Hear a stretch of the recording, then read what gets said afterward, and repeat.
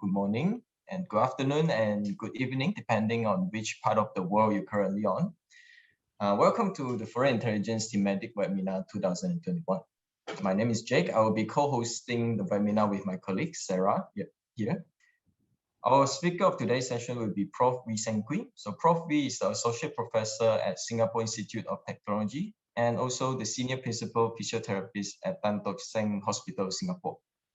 He is very renowned in the field of rehabilitative technology, and he has been an active member in the education working group of Assoc. The topic of today will be restoring hope, rebuilding lives, transforming rehabilitation practice with wearable lower limb exoskeleton. So please welcome Prof. Kwee. Okay, thanks Jade and Sarah for introducing me. And I'd like to take this opportunity to thank Foreign Intelligence for inviting me to share this very exciting topic about wearable exoskeletons. And I'm not an expert in this, so I love to continue to learn from the rest of the world because we know that we have global audience here. So please throw in your questions, your comments, because I really want to learn from all of you. So let's move on. Before I even go to the top proper, I really like to thank all my patients who have given me consent to share their personal life stories and videos with all of you for educational purpose. And this is why I always say that my patients are my teachers. So in today's talk, I'll give you a rough idea about the trend in neuro rehab, what's the evidence in robotic technology, and then zoom in to focus on the lower limb exoskeletons. Now, I think majority of us would have seen this wonderful movie by Tom Cruise, and I remember watching it in 2014, and I was just wowed by it. And can you imagine Tom Cruise wearing such exoskeleton during your physiotherapy or occupational therapy session? It looks great, but it's bulky. So what I'm going to share with you today is something not as bulky. It's going to be very slick, very applicable in the clinical setting. So I hope you can consider using it for your patients. So the current trend in new rehab is that we have to complement the use of advanced rehab technology with our conventional therapy to optimize patient outcome.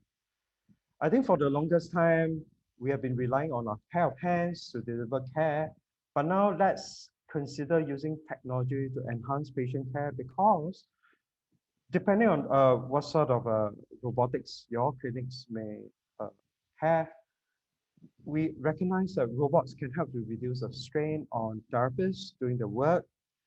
And more importantly, it provides very objective data because with a robotic system and the engineering works put in, hardcore objective data are captured. And that is very useful for us to show our patients in order for them to appreciate the improvement that they have made over time. And that can actually motivate them and empower them to be an active member of this rehab process. And from the research angle, you can see in the lower half of the two pictures from a screenshot of the bionics exoskeleton, it provides things like swing time, step length, something that our patients can appreciate. So it is a valuable tool for research as well. And all this is based on our deep understanding about neuroscience and neuroplasticity. So I'd like to point you to this excellent paper by Jeffrey Klein, published in 2008. It's free for download on the internet. So please have a look at it. It's wonderful. And I still refer to it on and off as I reflect on my own practices. So it covers the 10 principles of neuroplasticity, and that's precisely what these robotics are built upon based on this. So thanks to the wonderful engineers and clinicians to put their brains together to create something like this. And we all know that robots never fatigue unless the battery runs out. Otherwise, it can provide a very intensive, very repetitive, task-specific training for the patient. And it's wonderful that therapy no longer is confined to your boring therapy gym, right? I think it's wonderful if you can take your patient out to the real world, to the garden, to practice walking in this instance. So it really changes the way patient engages with therapy and motivates them. So let's talk a little bit about exoskeleton, but before that, I think it's useful information to have because you're going to get all these questions from your patient. Am I able to walk again after a spinal cord injury or after a stroke? So I think research have clearly shown that if you have an AJA lesion, I think the chance of having some ambulatory ability is less than 5% 1 year post SCI. And if you're Asia B, only about 33% becomes ambulatory. And if you're Asia C, the chances of ambulation is as high as 75%. So I think knowing all these facts will help you counsel your patient and support them through this challenging rehab journey. And for the stroke, a large percentage will be able to attain some degree of ambulatory abilities. It depends on what level of assistance. So robotic technology can play a critical part here to optimize their outcome. Let's take, for example, in our conventional physiotherapy session, that may be about half an hour session, patient only get to practice up to about 100 steps in that half an hour session. And guess what? With robotic technology, patients can practice up to 1,000 steps. So can you imagine how intensive is that? And that is what will facilitate neuroplasticity to take place. And I'll be sharing with you some research evidence later on. And this beautiful slide clearly shows that recovery continues way beyond the chronic phase if you provide the right appropriate therapy for patient. And that's what we constantly drive ourselves to do, to seek for better solutions for patient to recover at a different level. Now let's talk about this common sight that we see in some therapy clinic. A nice body weight supported treadmill is a form of technology, but it's still very laborious that requires up to 3% to facilitate the patient to practice walking. And sometimes when the therapist or therapy assistant get distracted, patient's gait pattern may not be that consistent. Now, and it's wonderful today to see this translation from basic sciences and animal studies to clinical application. So be it a tethered robotic system or wearable exoskeleton, you'll hear more about it later. Now, so where does exoskeleton sit in this whole rehab picture for patients? It sits right there, whereby it can serve patients with even poor trunk control up to those that require some supervision in their ambulation, as shown in this diagram. So I'm going to just now focus on powered wearable exoskeleton. Now, so Fourier first developed this X1 exoskeleton, and I think this video depicts the possibilities that can be delivered to our patients, be it for home use or be it having the ability to get up to a community to enjoy leisure activities with their loved one. And I think this video clearly shows such amazing development in the field of rehab that can change someone's lives. And me and my colleagues had the privilege to meet Professor Seng, and I think many of you may have heard of this Japanese hybrid assistive limb, HAL for short, by Cyberdyne.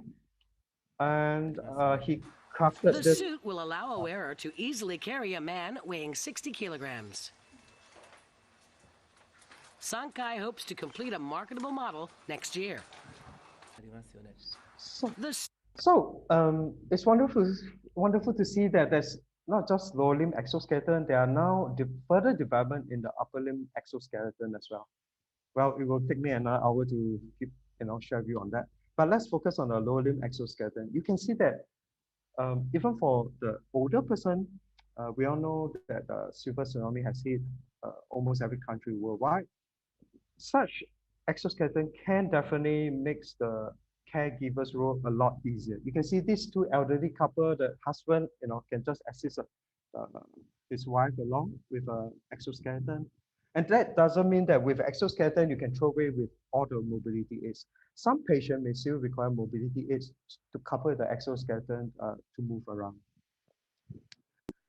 And in Poland, I think this guy has a incomplete spinal cord injury. Exoskeleton can also be coupled with a body weight kind of support or ceiling hoist system over treadmill to provide also intensive training. And you can see that she has achieved a wonderful outcome as well. And my center has an bionics exoskeleton. You hear more about it. But at the Rehab week in Toronto just a couple of years back, I have a privilege to try the Indigo. And Indigo is also a lovely exoskeleton because it's modular in nature. That means the battery pack at my waist, as you can see in this video, can be taken apart. And then the upper and lower limb segment of the exoskeleton can be taken apart. So with this modular nature of this exoskeleton, it can be thrown inside a backpack, and you know, someone in a wheelchair can drive out somewhere, fix it up, and be able to walk around. And Rex is from New Zealand. So there's also the Phoenix suit, and it's wonderful to see with such exoskeleton, it can actually improve the participation level within the ICF framework that all of us are aware of. And you can see this dad having the opportunity to enjoy a soccer game with his young child. So I think the future is now. It's no longer what you see in science fiction movies. And from Israel, there's a rewalk with a clinic version as well as a personal mobility device version, meaning a home version. So after about 3 to 6 months of intensive training by the therapist, and if the user is deemed safe to operate it him or herself, they can actually purchase one. And that's a rewalk is also wonderful. Much of the Forios X1, they also enable someone to be able to climb up and down stairs, hence opening up more possibility in terms of community outings with their loved ones. And from France, you have this wonderful development. It's a self-balancing exoskeleton. I think the previous exoskeleton that you saw, currently it hasn't got a self-balancing mechanism, so it looks sleek. But for this self-balancing exoskeleton from France, it's bulky for a reason, to be able to kind of rebalance itself with a wider base of support that enables someone to reach out even beyond arm's length. So a wonderful exoskeleton to consider as well. So what's the evidence of low limb exoskeleton, low limb robotics in general, right? I think in the Cochrane review published in 2017, it clearly shows that we cannot just rely on robotics alone. You have to couple with conventional physiotherapy that includes balance as well as overground gait training to make it work. And it tends to benefit those who are non-ambulant to begin with. As for exoskeleton literature, it shows that it can help even those with subacute stroke as well as SCI. And just to encapsulate within one slide, there are lots of wonderful clinical evidence out there that shows that exoskeleton not only improves walking per se, but also help to improve the trunk control of the user as well, because you can imagine the dynamic weight shift required, and that really forces the trunk musculature to work hard. And we have seen a successful story of improvement in trunk control as well. And with intensive training with the exoskeleton, it can also improve bowel bladder function of our patients, as well as reduction in spasticity. So wonderful, wonderful evidence out there that hopefully motivates you to explore the usage of exoskeleton. And in a recent publication, Professor Morteni from Italy highlighted this very critical point. What's so different about, say, a robotic system tethered to a treadmill, right, versus a wearable exoskeleton? Because can you imagine when you walk over ground using such exoskeleton, the patient get that vestibular stimulation, they get the visual spatial appreciation of the surrounding. And that's what makes it so powerful in terms of the benefits of exoskeleton. And as mentioned earlier, it definitely helped improve the balance as well as the trunk control aspects.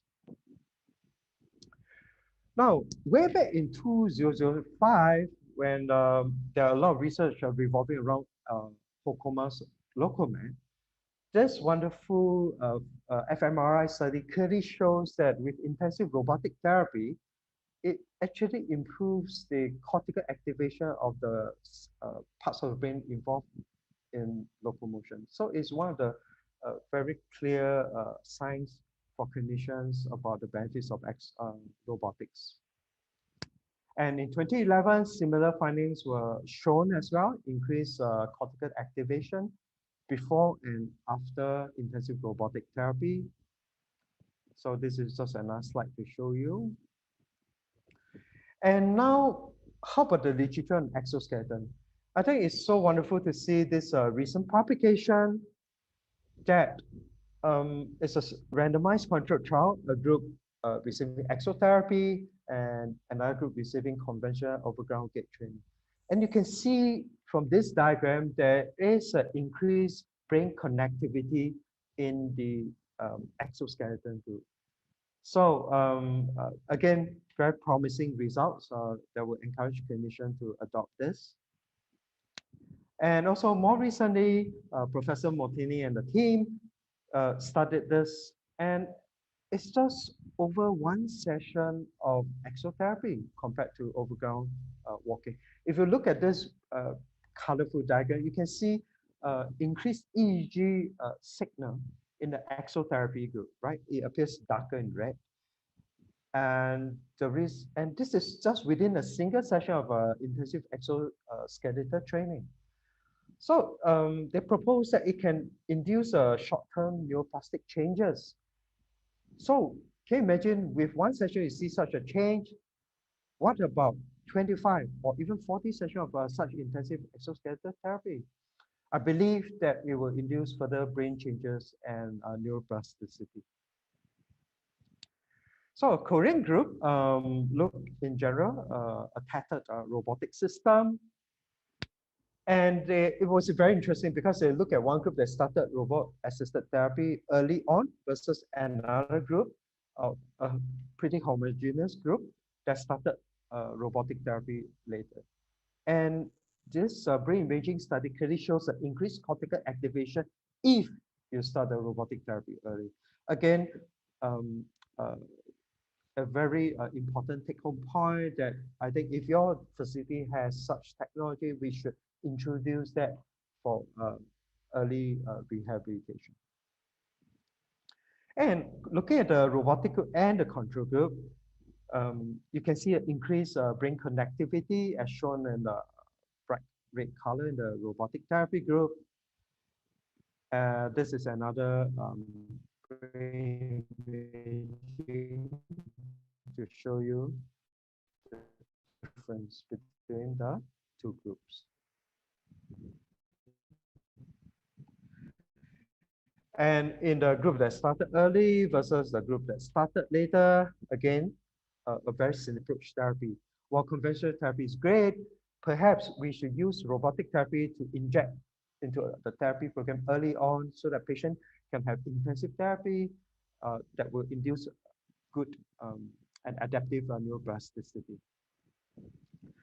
So the take-home point is that early start of such therapy is critical because it has been shown to facilitate cortical reorganization in these parts of the brain as listed here. And in a recent systematic review published this year, again, the review clearly suggests the huge potential of such exoskeleton that can help to change lives of our patients, right? Because they get verticalized early, they get the intensive task-specific training of walking in this instance, and it can help to also reduce other secondary side effects of being bedbound and poor mobility. So what I'm going to share with you next are numerous videos of my patient, and I'm going to share with you how I use bionics exoskeleton on different patient groups. Let's start with TBI, which is one of my specialized areas. Now, this lady unfortunately had a TBI from a road traffic accident, And you can straight away tell how laborious it is during our conventional therapy session to get her to practice few steps of walking. And what limits her opportunity to practice her walking is actually because the therapist and the therapy assistant got fatigued. But with the exoskeleton, you can see that one therapist can actually get patient to move around in various environments. So this is a screenshot from the Bionics exoskeleton, just to again prove what I've said earlier. Remember, I mentioned that in half an hour of training using robotics, patient get to practice up to 1,000 steps. And in this lady, she practiced up to close to 1,300 odd steps. And in 1 hour of therapy, she get to practice up to 3,000 steps. So it is very, very intensive. And the reason why we can gradually get her there is because she has shown improvement in her endurance as well. That's why she said she can tolerate walking further. And after 30 sessions of the exotherapy, look at that. She has walked literally or practiced walking 15 kilometers. And eventually she has shown improvement in her hip flexors, her dynamic weight shift, and therefore her knee control during stance has also improved, and her swing through has also improved. All right, so thank you everyone for joining us, and thank you again for the wonderful sharings.